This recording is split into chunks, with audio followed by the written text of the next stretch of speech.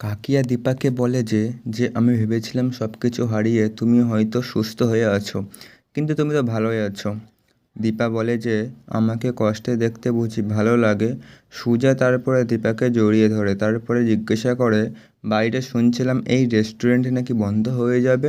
দীপা বলে যে আমি যখন মাথা উঁচু করে দাঁড়াতে পেরেছি, তখন এই রেস্টুরেন্টটাকেও আমি উঁচু করে দাঁড় করাবো। অন্যদিকে চেম্বারে সূর্য ও জয়কে জিজ্ঞাসা করে যে তোর কী সমস্যা আছে সেগুলো আমাকে বল। তখন জয় বলে যে আগে তোকে অনেক কথাই বলতাম, কেন কি তুই সেগুলো পেটে নিতে পারতিস, আর আজকে নিজের মেয়ের ভয়ে আমাকে বাড়ি পর্যন্ত আসতেও বললি না।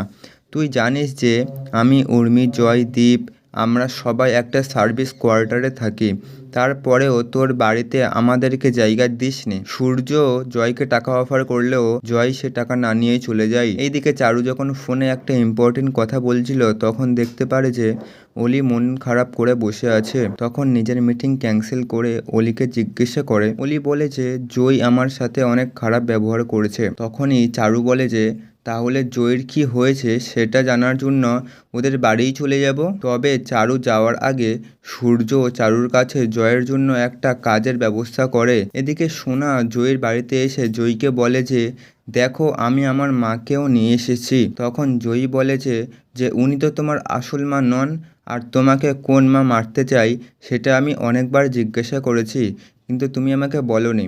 সোনা বলে যে ধরে নাও আমি তোমাকে মিথ্যা কথা বলেছি।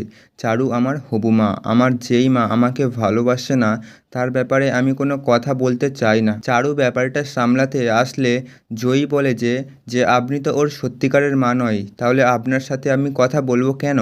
সোনা বলে যে তোমার বাবা তোমাকে কিছু বুঝিয়েছে তাই না? আমারই বুঝিয়েছে, আমারই ভুল হয়েছে যে আমি এখানে এসেছি। তখনই রূপা বলে যে নিজের ভুলটাকে যখন বুঝতে পেরেছো তখন এখান থেকে চলে যাও। রূপা ঘরে এসে ভাবে যে হিংসুকুটি বারবার একই কথা কেন বলে, তাহলে কি ও মনে মনে কোনো কিছু ভেবে নিয়েছে?